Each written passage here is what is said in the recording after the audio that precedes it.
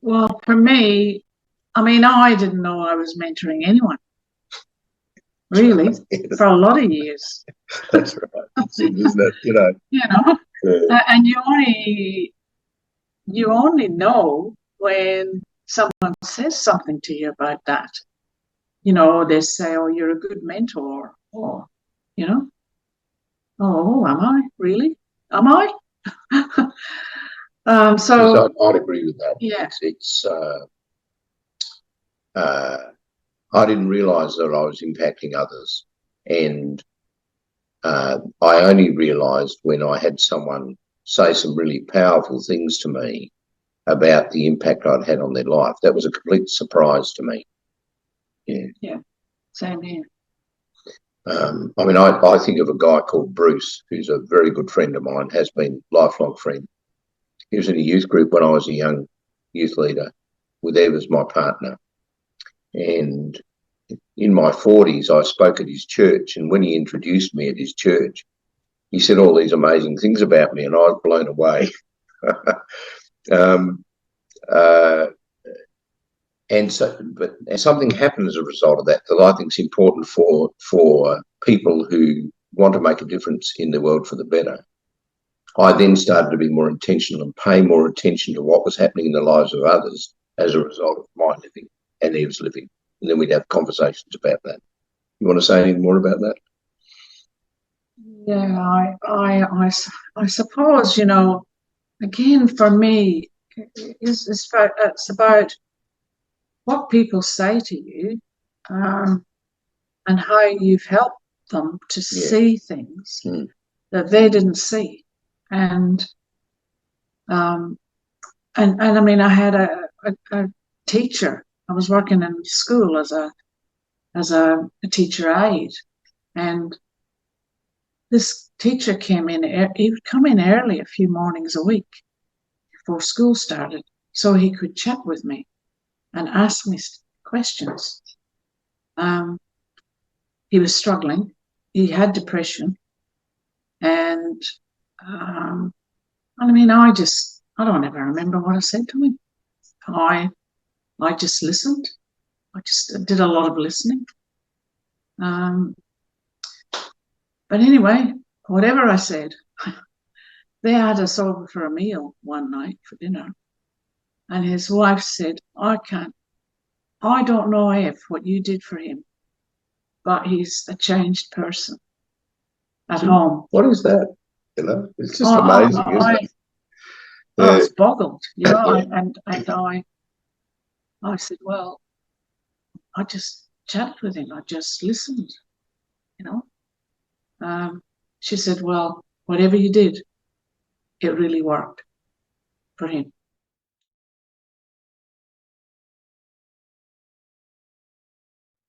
So much of our influence in the lives of others is unawares.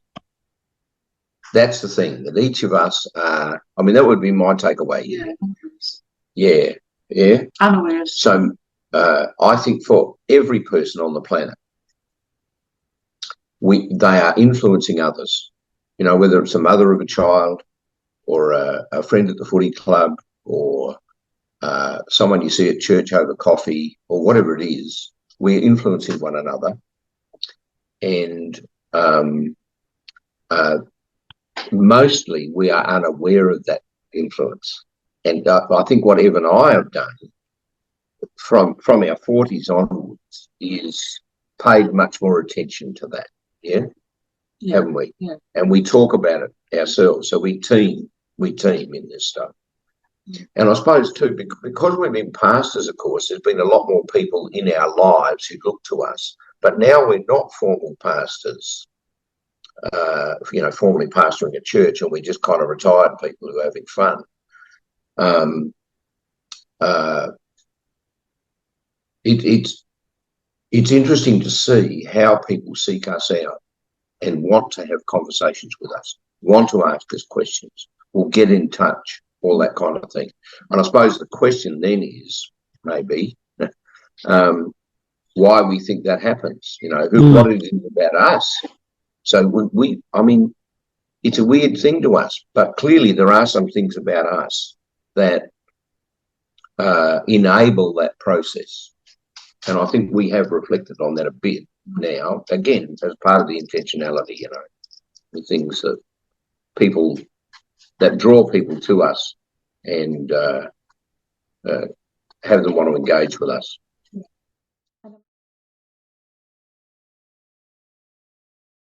Well, I think, I mean, you have to say that if you've lived a life as a Christian, a real Christian,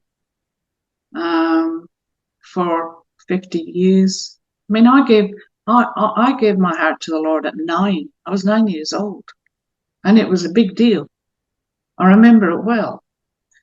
And then I recommitted my life when I was 16, and I haven't gone back from That's that. it. You've never questioned that, I've have never you? questioned that. Stood on that I foundation. stood on that foundation because I knew that it was important to me to have God in my life. And because I wanted to be God's girl, if you like. That's really kind of how I put it back then. I wanted to be God's girl. And I think because of that, because I lived in a way, that's all I can only say. Because I lived that way, people were just naturally attracted to me. And see, when I hear Ed talk to you like that, in answer to that question, in my head I'm going, well, wouldn't you want her as your mentor? I mean, she's just classy, isn't she? Yeah. And it's not just, it's funny, isn't it? It's not just that she has an experience of God that's real to her. It's the way she talks about it and the way she thinks about herself and the way you can hear the way she thinks about others. Am I allowed to make this observation about this beautiful woman I've been connected to for over 50 years? It's rather humbling. Yes, it is. Humbling. Yes, absolutely. Well, that's part of who you are, see, that your humility and groundedness. Is this helpful? It is. Yeah. That you're, because I can see what in her, whereas I don't understand it in me. I'm always surprised and almost shocked, you know, when people go, oh, I think you're amazing. I go, well, you know, I wish you saw it from where I see it. You know, it's not so red hot. But see, I can see it in her. When I heard her making those responses, I go, man, it's no wonder people want to be in her presence. So that would be the first thing that actually, it's kind of like, wouldn't you like to have her as your friend?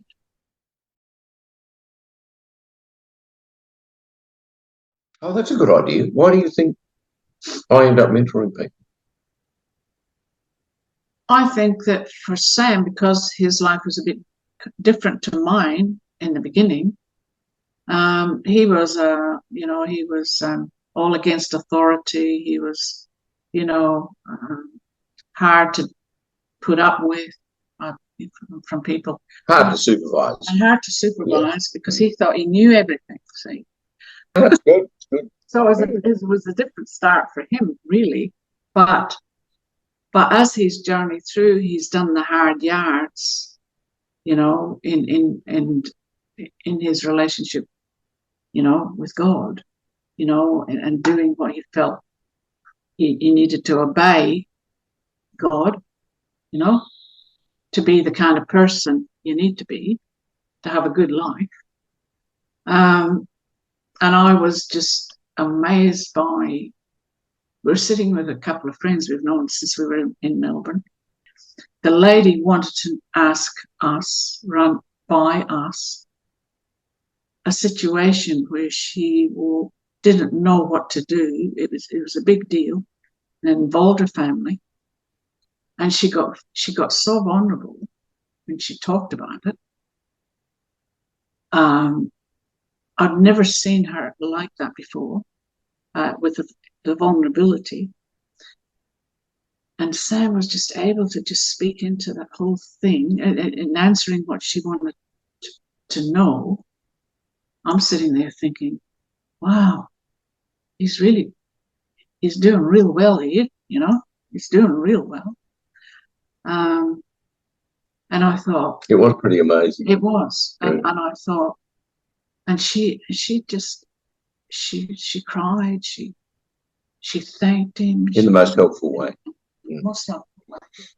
And yeah, I just thought it was just it was a God inspired. Yeah, absolutely. God inspired help that he gave her. I mean, Because he couldn't do that on his own. Given the we can't do that stuff on our own. No. Can't. I mean, given my 76-year-old brain, I was amazed at how much clarity I had in what was quite a complex family relationship thing.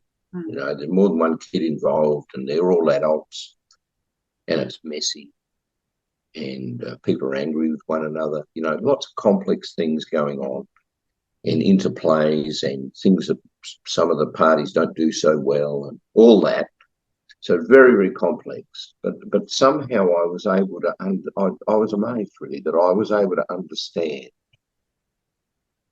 what the core issues were and communicate with them in a way that was clearly so amazingly helpful to her. And I'm in awe of this. So one of the things that I've noticed in my life is what I would describe as anointing. And to be frank, I have, when I retired 11 years ago, I decided that I would try and figure this stuff out. Because I think anointing is important, and it would be nice to be able to help others have it in their lives. I still don't understand it. I don't have a clue. I don't know why it is that God, so my answer to this question is, I don't know why God chooses me. I don't know why he anoints me, and the anointing is clear.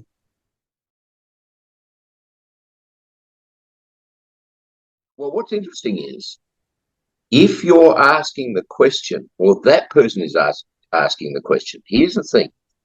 If they are asking that question, they're probably going to make a good mentor. And I would say that to them. I'd say, are they asking the question, or are they just giving the information about how they feel? Are they asking the question about being? I would accept that to be true, even if they're just hurt. I mean, to me, this is the point. What happens to us as we do life is we come across pinch points, discomforts. And this is why you asked me if you do coffee with me. So what happens in our life is we come to a pinch point, something that makes us uncomfortable, something we don't understand, something that we feel hurt about. And I think these are the things that God has allowed in the world and in our lives, because once sin was in the world, the only option was pain. And every time we're uncomfortable, it creates an opportunity to ask questions. And if people ask questions, they've actually taken the first step toward learning.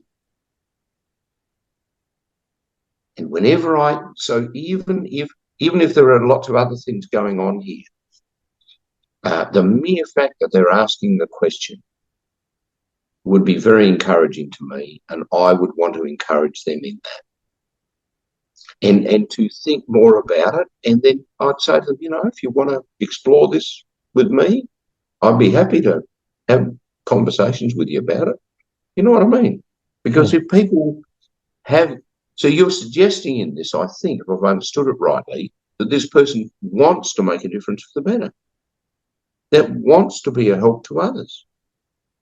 And if we ended up being in conversations about this stuff, one of my key things would be simply to spend time with others, to invest time in others, to be good to them, to take them out for a meal and pay for it, to have coffee with them and pay for the cake. You know what I mean? And there's a subliminal message in that.